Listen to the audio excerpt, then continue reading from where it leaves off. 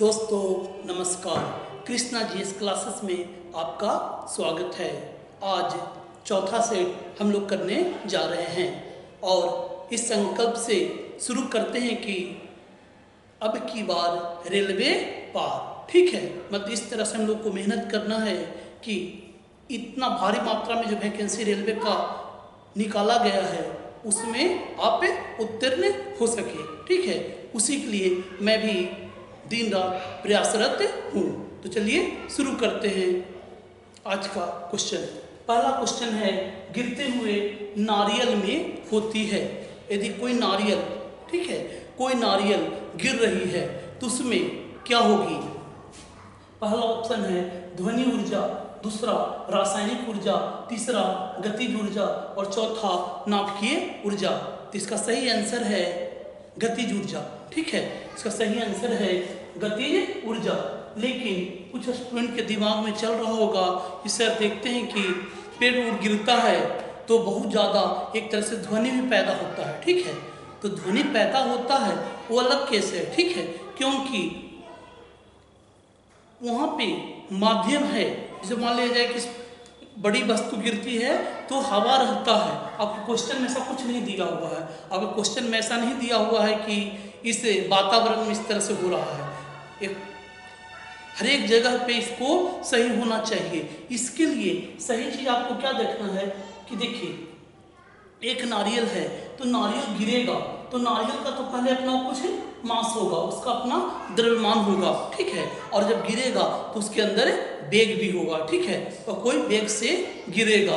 तो गतिज ऊर्जा का ही ना फॉर्मूला आपको बताया गया है।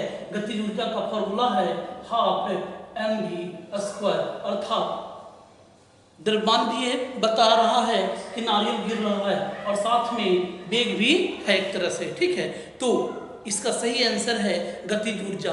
ध्वनि ऊर्जा नहीं कीजिएगा।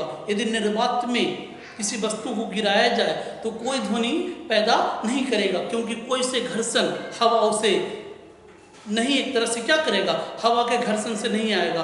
और जब इस तरह से घटना नहीं होगा तो ध्वनि ऊर्जा नहीं बनता है। ठीक है, इसका सही आंसर हो गया आपका गतिज ऊर्जा। क्वेश्चन नंबर 2 है, निम्न में से किसे पर्वतों की रानी नाथ कहा जाता है? मतलब कौन ऐसा एक तरह से पर्वतों की रानी नाथ किसे कहा जाता है? तो पर्वतों की रानी नाथ किसे कहा जाएगा?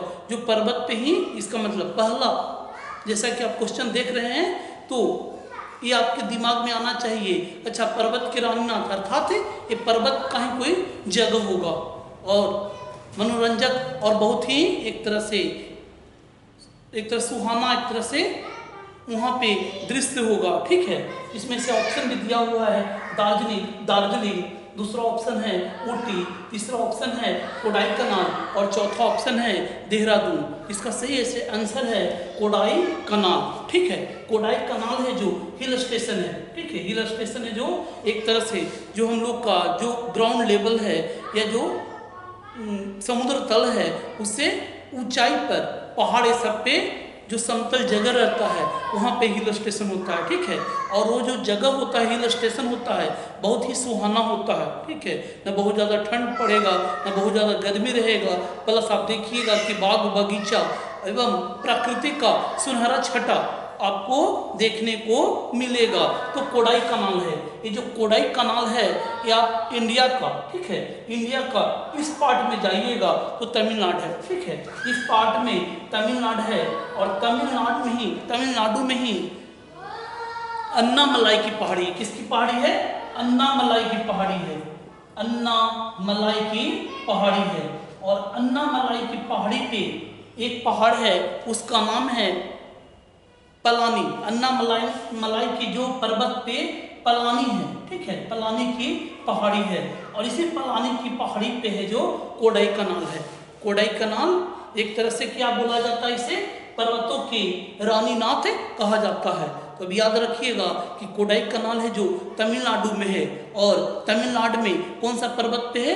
तो अन्नामलाई की पहाड़ी पे है। और अन्नामलाई की जो पहाड़ है उसी पे छोटी एक पहाड़ी है उसका नाम है पलानी और उसी पलानी के पहाड़ी पे कोडाईकनाल है। ठीक है, चलिए आगे देखते हैं क्वेश्चन नंबर 3। एक क्वेश्चन है जो group D, railway group D से पूछा गया। ऐसे कोई भी एग्जाम में सब कॉमन चीज़ है, अब आ रहा है, ठीक है। अब पहले जैसा नहीं है कि मात्र हिस्ट्री ज्योग्राफी से ही क्वेश्चन आता है, कुछ इस तरह का भी क्वेश्चन आपको देखने को मिल रहा है। तो थोड़ा सा इस पे भी प्रयास कीजिएगा तो आपका कंसेप्ट है जो क्लियर हो जाएगा और आपकी तैयारी बेहतर हो जाएगा। क्योंकि नॉर्मल क्वेश्चन सभी बच्चे जानते हैं, जो कुछ हल्का भारी क्वेश्चन रहता है उसी में बच्चे लोग को ज़्यादा दिक्कत होता है और वह स्कोर ज़्यादा नहीं कर पाते हैं। तो हमारा प्रयास रहेगा सभी तरह के क्वेश्चन आपको बताना। तो क्वेश्चन है आपका, ये आपका भौतिकी का क्वेश्चन है। जब 8 kg की एक वस्तु पर कोई सतत बल 2 सेकंड तक कार्य करता है तो यह वस्तु के वेग को 4 मीटर प्रति सेकंड से 9 मीटर प्रति सेकंड वेग तक बढ़ा देता है, तो बल बताएं। यदि आपको बहुत ज़्यादा दिमाग काम नहीं कर रहा है तो बस ये समझने का प्रयास कीजिए कि इसमें पूछा क्या गया है। इसमें पूछा गया है बल, पूछा गया है एफ, पूछा गया है। तो एफ का फॉर्मूला क्या होता है? तो एफ का फॉर्मूला होता है मास गुना एक्सेलरेशन, द्रव्यमान गुना त्वरण, जिसे हम लोग एफ ए में भी बोलते हैं, ठीक है।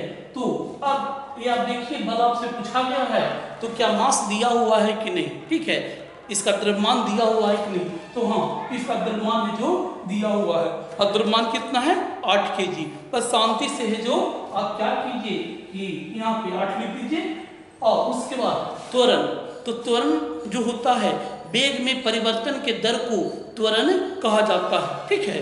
तो यहाँ पे त्वरण पैदा हुआ है कि नहीं, तो हाँ हुआ है, ठीक है। यह वस्तु को वेग को 4 मीटर प्रति सेकंड से कितना ले आ रहा है, 9 मीटर प्रति सेकंड ला रहा है, अर्थात यहाँ पे त्वरण भी हुआ है। और त्वरण वेग में परिवर्तन, तो वेग में परिवर्तन, तो यहाँ पे क्या कीजिएगा 9 माइनस 4, तब ना वेग में परिवर्तन आएगा। कितना का अंतर आया, तो 9 मीटर प्रति सेकंड से 4 मीटर प्रति सेकंड, इसी का आप अंतर निकालिएगा तो आपका परिवर्तन आ जाएगा। और समय भी दिया हुआ है, ये घटना है जो कितने समय में हुआ है, तो ये घटना है जो 2 सेकंड में हुआ है। बस अब आपका बन गया, ठीक है। इसी को आप सिंप्लीफाई सरल कर लीजिए, आपका आंसर आ जाएगा बराबर 8 और 9 माइनस 4 बराबर कितना होता है 5 होता है। तो 5/2 बराबर कितना हो जाता है 20। तो 20 क्या, ठीक है, आंसर आएगा कि आपका 20 तो आ गया। तो बल का ऐसा ही मात्रक न्यूटन होता है। तो ऑप्शन खोजिए कहाँ पे 20 न्यूटन दिया हुआ है, ये बन गया, ठीक है। अगला क्वेश्चन देखते हैं। अगला क्वेश्चन है आपके लिए 10 न्यूटन का एक क्षैतिज बल, ठीक है।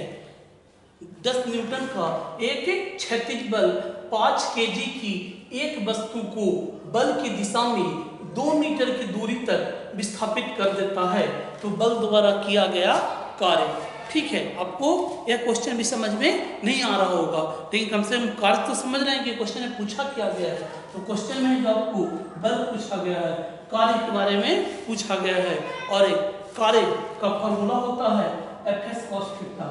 चलिए Fs की मात्रा जानिए, बल गुना विस्थापन। F का मतलब हो गया बल और S का मतलब हो गया विस्थापन। बस अब इसको खोज लीजिए बल दिया हुआ है कि नहीं, तो हाँ बल दिया हुआ है। और बल कितना है, तो बल तो है जो 10 न्यूटन है, ठीक है। उसके साथ साथ विस्थापन है कि नहीं, ये तो 5 kg आपका द्रव्यमान हो गया, लेकिन यहाँ पे 2 मीटर, ये 2 मीटर जो है जो कि विस्थापन ही आपको बता रहा है, तो बल और विस्थापन दोनों दिया गया है। आसानी से आप बना सकते हैं। बल आपका दिया हुआ है कितना न्यूटन, तो बल आपका है 10 न्यूटन, तो यहाँ पे 10 और विस्थापन कितना हुआ है 2, तो 10 दूनी 20, तो 20 क्या होता है, तो 20 जूल। कार्य का ऐसा ही मात्रक जो होता है वो जूल होता है, तो 20 जूल, ठीक है। इसका आंसर हो गया 20 जूल, ठीक है। तो हल्का सा प्रयास करने पे कुछ हल्का भारी क्वेश्चन भी है वो आप आसानी से कर सकते हैं। और एक फॉर्मूला ये सब कॉमन है, आपसे पूछ देता है कार्य का फॉर्मूला बताएं, बल का फॉर्मूला बताएं, बल का मात्रक बताएं, कार्य का मात्रक बताएं, तो लगभग सब जानते हैं। बशर्ते आपको सब चीज़ को इकट्ठा करना है और थोड़ा सा उस पर प्रयास करना है। तो आसानी से आप उसे कर सकते हैं। चलिए आगे देखते हैं।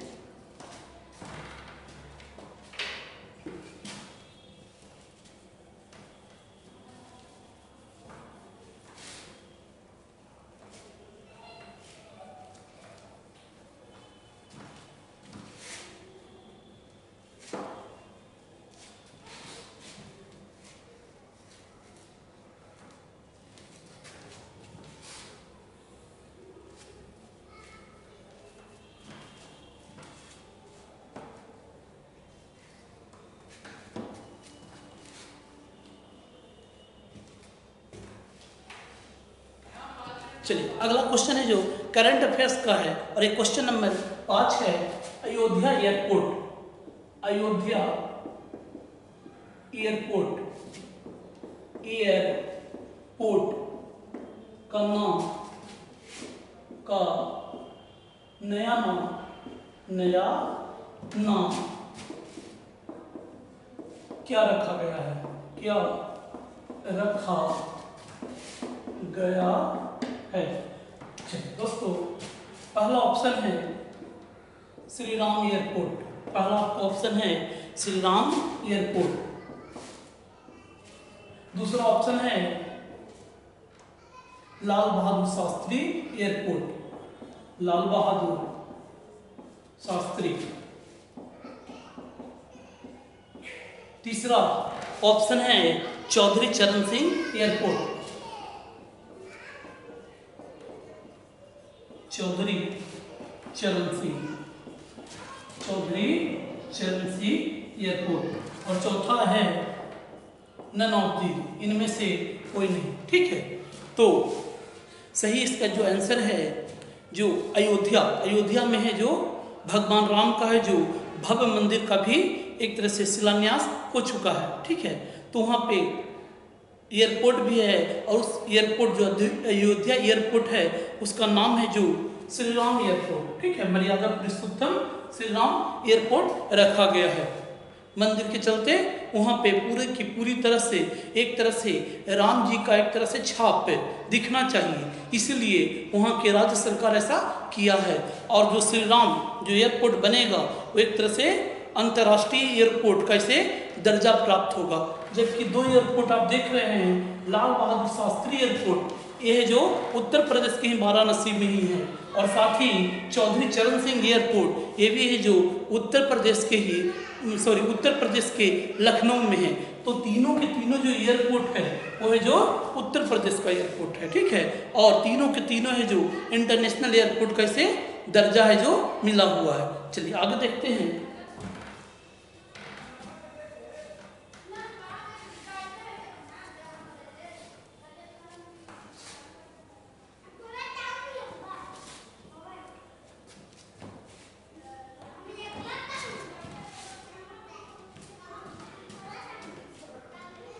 अगला क्वेश्चन है जो प्रकाश बल्ब होता है उसके फिलामेंट में किस धातु का इस्तेमाल किया जाता है? तो ये क्वेश्चन नंबर आपका हो गया 6। प्रकाश बल्ब के फिलामेंट में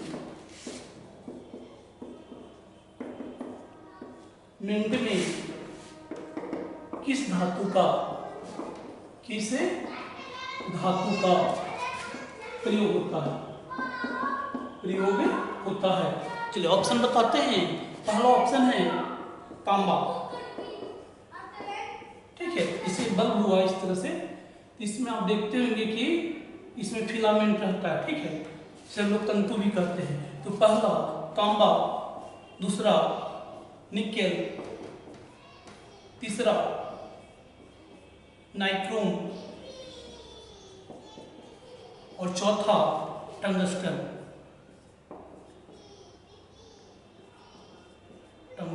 जिसे हम लोग डब्ल्यू से सूचित करते हैं।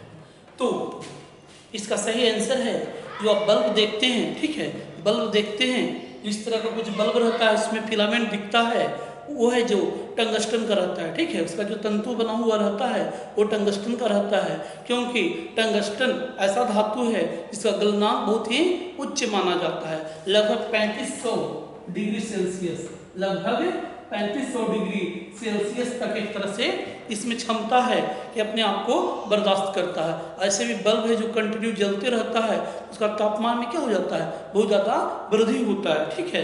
तो उसके लिए मजबूत चीज चाहिए, और वो कौन सा है, टंगस्टन। और इसे हम लोग, टंगस्टन जो धातु है, इसे हम लोग डब्ल्यू से सूचित करते हैं, ठीक है, डब्ल्यू से सूचित किया जाता है। चलिए अगला क्वेश्चन देखते हैं।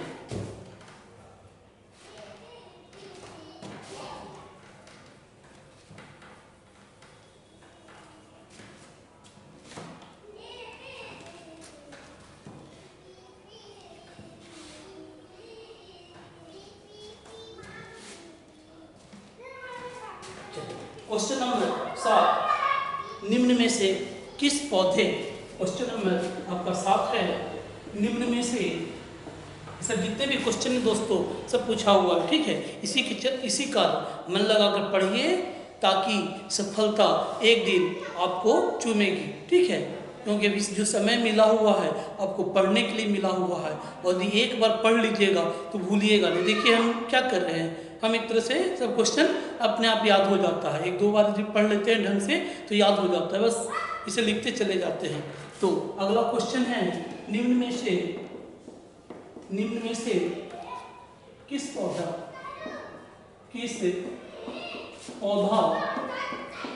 के बीज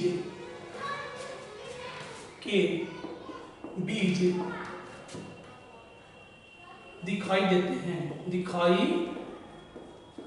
देते हैं। पहला ऑप्शन है आपके लिए देवदार, दूसरा ऑप्शन है सिकोया, तीसरा ऑप्शन है पाइनस, और चौथा ऑप्शन है सभी, इनमें सभी। तो देखिए कुछ ऐसा फल है या कुछ ऐसा जो वृक्ष का जो फल होता है उसमें बीज है जो दिखाई नहीं देता है, जैसे सेब, तो सेब के अंदर रहता है बीज, ठीक है। बहुत को आप देखिएगा उसके अंदर रहेगा चना, तो चना के अंदर में एक तरह से मतलब फल में दिखाई हुआ नहीं देता है, ठीक है। कुछ ना कुछ एक तरह से आवरण रहता है, उस आवरण से वो घिरा हुआ रहता है। लेकिन कुछ पेड़ के जो बीज होते हैं वो एक तरह से खुली आंख से दिखाई देते हैं, इसी कारण इसे नग्न बीजी भी बोलते हैं, मतलब नंगी आंख से आप इस बीज को आप देख सकते हैं। तो देखिए इसका आंसर है, तीनों है, देवदार भी है, सिकोया भी है और पाइनस भी है। सिकोया है जो सबसे लंबे वृक्ष, ठीक है। यदि पूछ देगा कि बताइए सबसे लंबे वृक्ष इस पृथ्वी पे कौन है, तो सिकोया ही है। यह लगभग 120 मीटर ऊंचाई तक है जो लंबी हो जाती है। उसी तरह से पाइनस भी नग्न बीजी वृक्ष का ही उदाहरण है, ठीक है। तो पाइनस को इसे पीला बादल का संज्ञा दिया गया है, क्योंकि पाइनस में पीला एक तरह से पंखुड़ी होती है, और वह जब गिरती है तो पूरा के पूरा दम धरती है जो पीला बादल की तरह दिखाई देता है। तो पाइनस को हम लोग पीला बादल के नाम से भी जानते हैं। इसका आंसर हो गया सभी। अगला क्वेश्चन देखते हैं।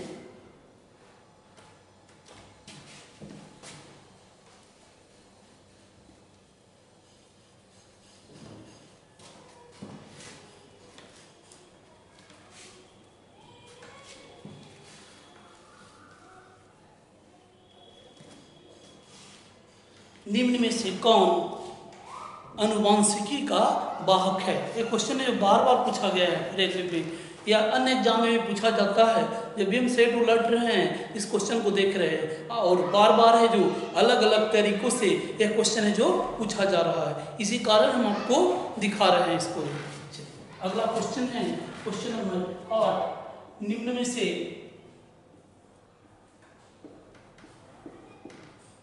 में से कौन अनुवांशिकी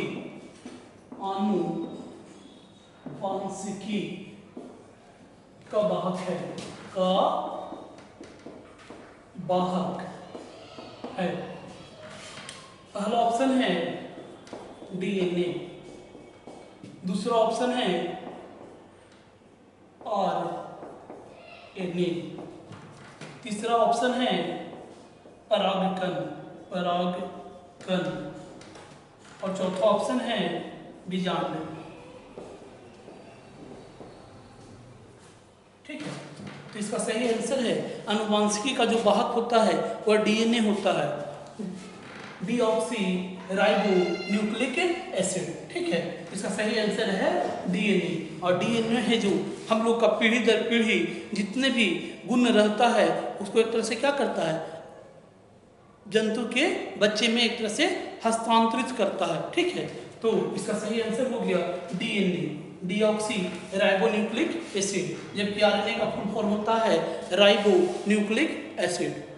दोनों में आप राइबोन्यूक्लिक एसिड ही बोलते हैं, लेकिन इसमें है जो डीऑक्सी राइबोन्यूक्लिक एसिड बोला जाता है, जबकि इसमें मात्र राइबोन्यूक्लिक एसिड कहा जाता है। चलिए आगे देखते हैं क्वेश्चन नंबर 9।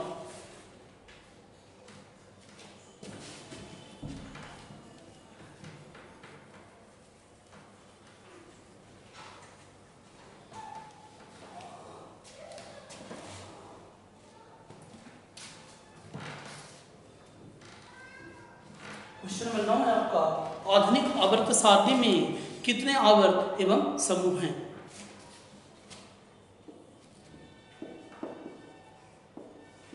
आधुनिक आवर्त सारणी में कितने आवर्त एवं समूह हैं?